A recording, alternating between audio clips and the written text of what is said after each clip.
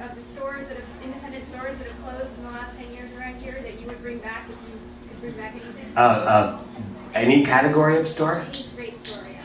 Well, Do you mind repeating the question? the question is, could I name 1 to 3 stores that one to 3 stores that have gone out of business in this area that I loved and that I wish hadn't gone out of business? Wow, that's a sad category. I mean, DBA Brown Records, that was right up on Claremont. I used to love going there. I mean, you could go way back. Remember Bott's Ice Cream? Do you remember that place? I love that place. What else? Which one? And Cody's. Cody's. Thank you. Duh.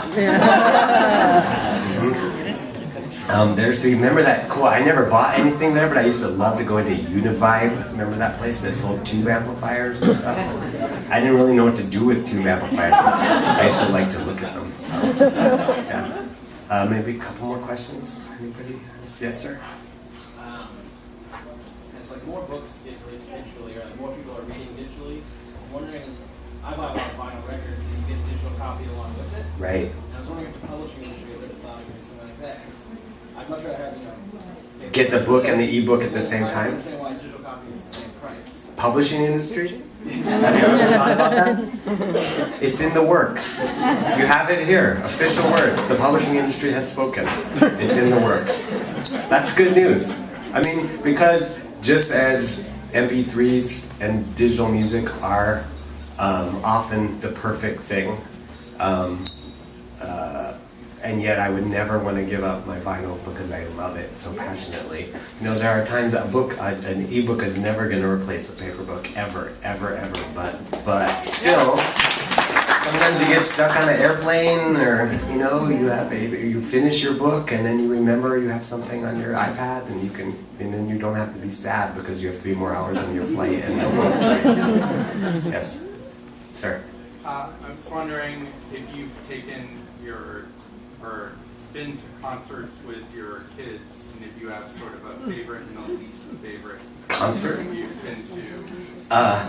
Have I been to concerts with my kids, and do I have a favorite or least favorite? You know, actually, last night I did an event over at City Arts, and all these people kept coming up to me and telling me they had seen me with my kids at the Wilco show and at Treasure Island Music Festival, and that made me very self-conscious, and I hope I wasn't abusing my children or picking my nose or anything like that. But yes, I mean, that's been one of the great pleasures of having teenagers for me. Among the many pleasures of having teenagers is that they like to go, especially my older daughter loves to go hear live music, and so that has renewed my own interest in going to hear live music. I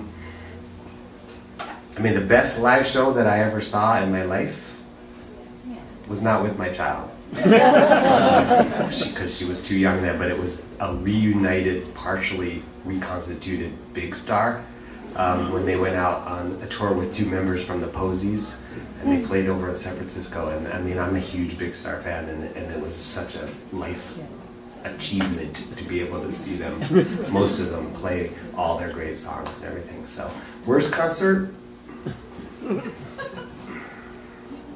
I don't know. I don't know if I've ever had like a bad concert experience. I remember we went to see Elvis Costello, and he was fine, but my wife was like 7 months pregnant or 8 months pregnant, and the baby didn't like it. It was loud, and she could feel the baby, the fetus, seemed to not be enjoying pump it up. And then so I felt kind of bad, like worried that we were somehow damaging our first child before she ever got out of the womb.